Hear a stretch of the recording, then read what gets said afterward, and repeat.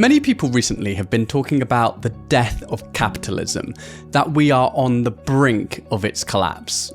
Some people are even hoping for it. I've heard people call capitalism a cult, and I guess that's because we're led to believe it's the only way to exist, that it's the best way for society to function. But capitalism wasn't always here. So I wanted to know, what did we have before it? And if it replaced everything that we had previously, why did it win? I'm Ollie, and this is What We Did Before. Welcome back. So humans have always traded. They've shared, they've cooperated long before profit or private ownership ever existed. We've lived under systems built on trust, faith, obligation, even generosity.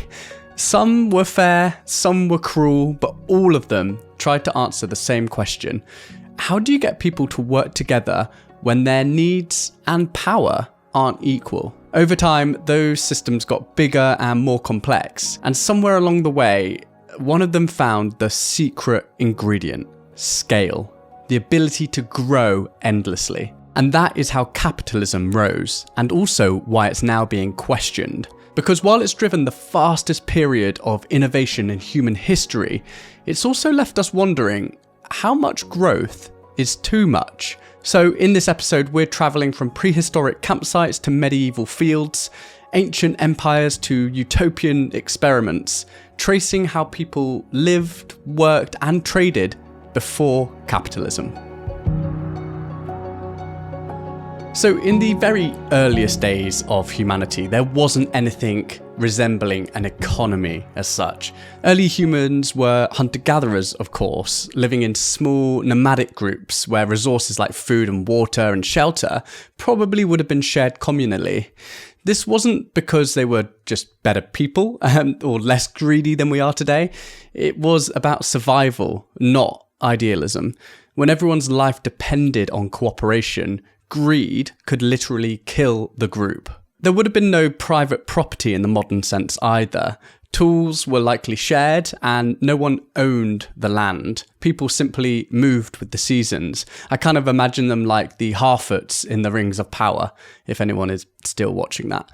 Studies of the Hadza people in Tanzania, which is one of the last remaining hunter-gatherer societies in the world, show that they share up to around about 80 to 90% of their food.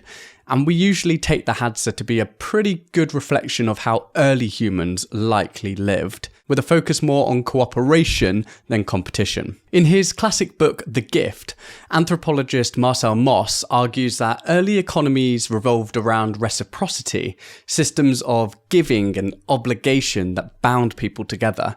And among the indigenous peoples of the Kung San of southern Africa, hunters are even teased when they make a big kill, a practice called insulting the meat, to basically discourage arrogance and keep egos and inequality in check. But as human groups grew larger and more settled, the economics of survival began to change.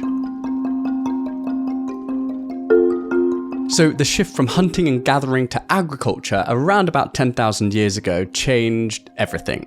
For the first time, humans produced surpluses, so way more food than they immediately needed.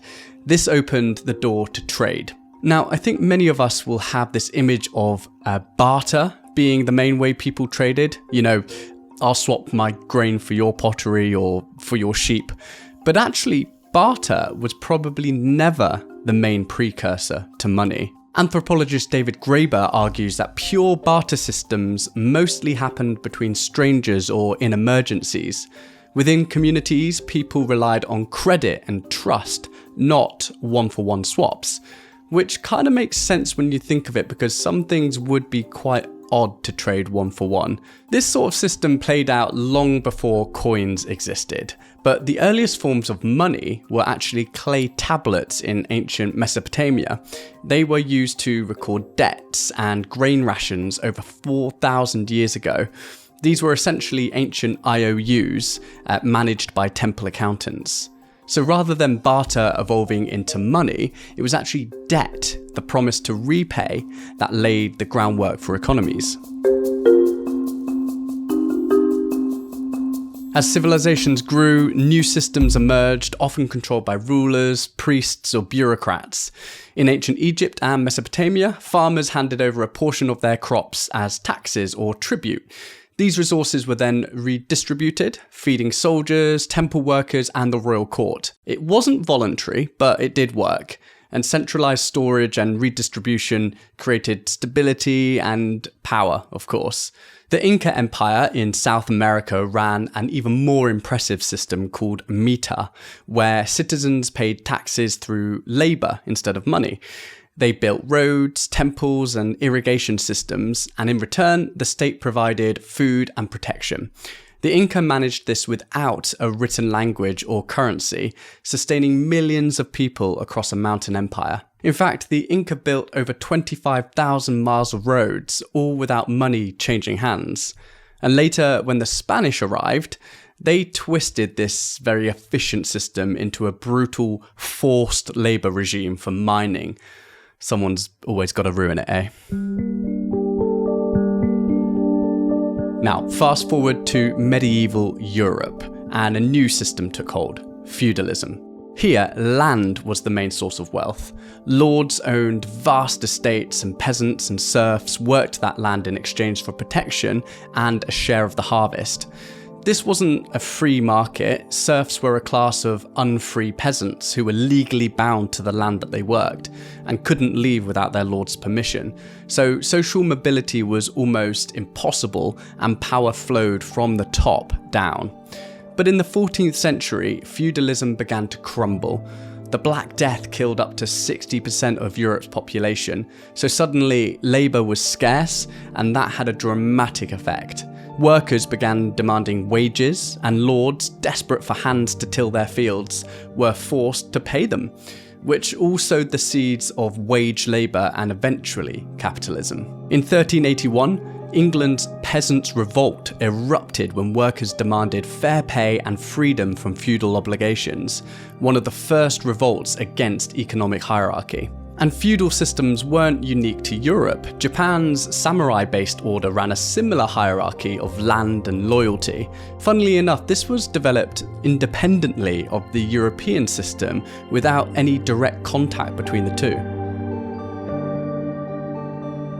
Now, before capitalism became dominant, there were some early alternatives, and societies experimented with various different models.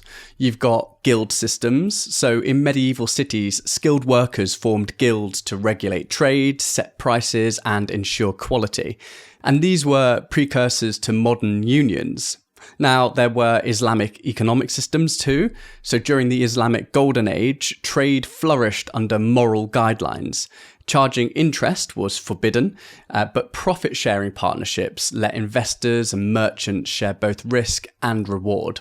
Then you've got monasteries and communes. Some Christian monastic orders ran communal economies where property and profits were shared, and these could be considered early experiments in what we might now call socialized living. And then there's the indigenous gift economies. The Iroquois Confederacy, for instance, used longhouses to store and distribute goods according to need, not wealth. And then there were utopian experiments, like Robert Owen's 19th century community in New Harmony, Indiana, which aimed for a moneyless cooperative society. It didn't last, but it did inspire future socialist thought. So why didn't any of these systems survive?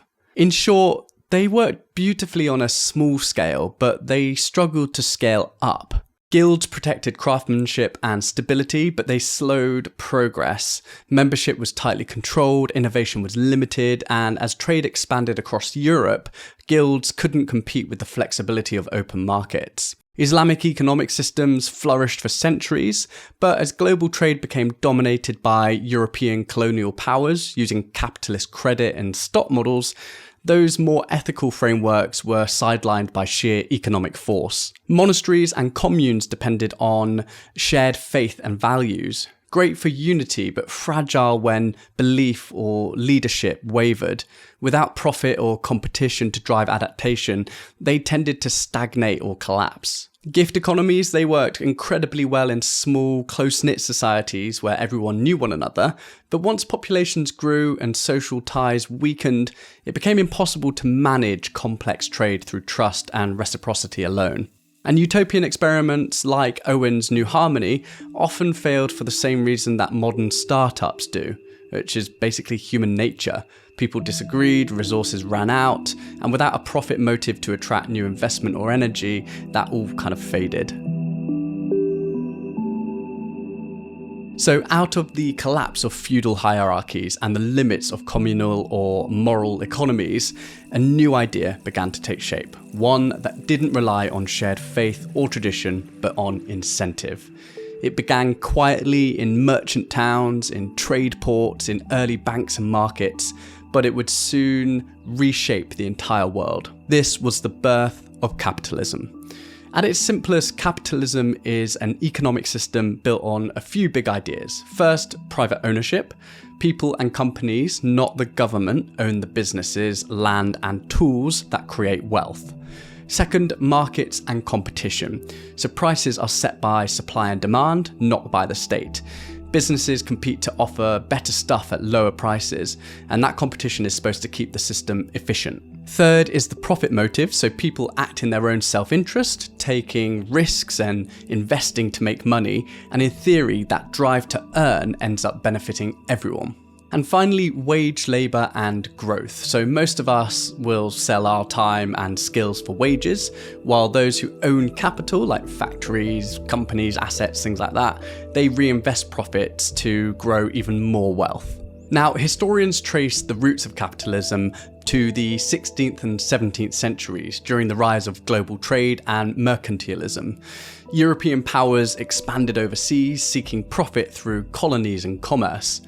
The enclosure movement in England, which privatised common lands, forced peasants off of shared farms and then into cities, creating the first class of wage labourers. Meanwhile, companies like the Dutch East India Company, founded in 1602, pioneered the joint stock model, selling shares to its investors. It was the world's first publicly traded corporation, and it helped launch capitalism as we know it. At one point, investors even traded shares for nutmeg and cloves instead of cash. And by 1637, the Dutch experienced the first stock market crash in history, called Tulip Mania, when a single tulip bulb sold for more than a house. By the Industrial Revolution, capitalism had matured into the dominant global system, driven by private ownership, competition, and profit. Supporters say capitalism is what fuels innovation and prosperity, and it's quite clear that during the time without capitalism, technological progress was slow. It has indeed driven the fastest period of innovation in human history. In just the last 300 years, humanity's technological progress has outpaced the previous 10,000 combined.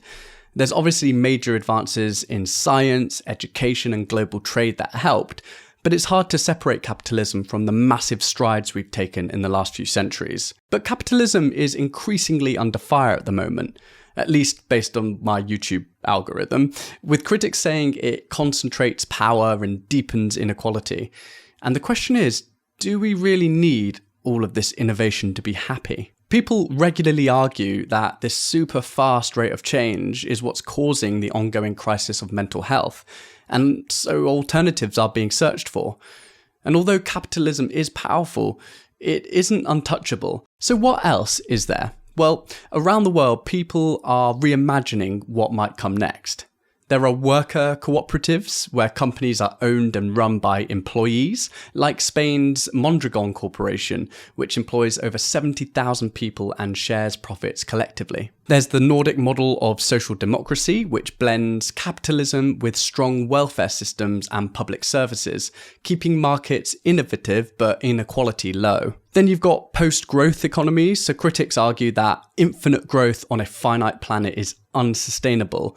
Countries like Bhutan, which measure gross national happiness instead of GDP, are exploring new priorities, so well-being rather than wealth. And pilot programs of universal basic income in Finland, Canada, and California show that guaranteed income can boost well-being and reduce stress, though it doesn't necessarily increase employment. There's also this growing movement of degrowth, which argues that maybe progress shouldn't always mean more. It challenges the idea that economies need to be expanding forever, because, as with the post-growth philosophy, when our planet only has so much to offer, endless growth might not be possible. In fact, it might be destructive. Since a degrowth economy deliberately slows down production and consumption, it probably means a slowdown in technological advancements too. With fewer incentives to create the kind of high-speed, profit-driven innovation that capitalism thrives on, you probably wouldn't see the same frantic race to build the next iPhone or social media app. But that's sort of the point. Degrowth isn't anti-innovation, it's anti-wasteful innovation. It argues that a lot of our current progress isn't making life any better, it's just making it faster, busier, and more unequal. So in a degrowth world, innovation might look very different. Instead of chasing profits or novelty, technology would be directed at solving real human and ecological problems like renewable energy, regenerative agriculture, or healthcare, rather than convincing us to buy a new phone every year. Alongside degrowth, there are also other visions emerging like donut economics, which aims to balance human prosperity with environmental limits. There's the circular economy, which replaces waste with reuse and regeneration, and technological abundance movements that imagine a world where automation and AI provide for everyone, freeing us from traditional work altogether. What would you do if robots sorted everything and you could just kick your feet up? Whether any of these systems will replace capitalism is impossible to say, but history shows that no system lasts forever. And just like the ones before it, capitalism might one day be remembered as just another stage in humanity's ongoing experiment to find a fair and sustainable way to live together. Let me know what you think is coming next, and if you enjoyed the video, please support the channel by liking and subscribing, and I'll see you next time.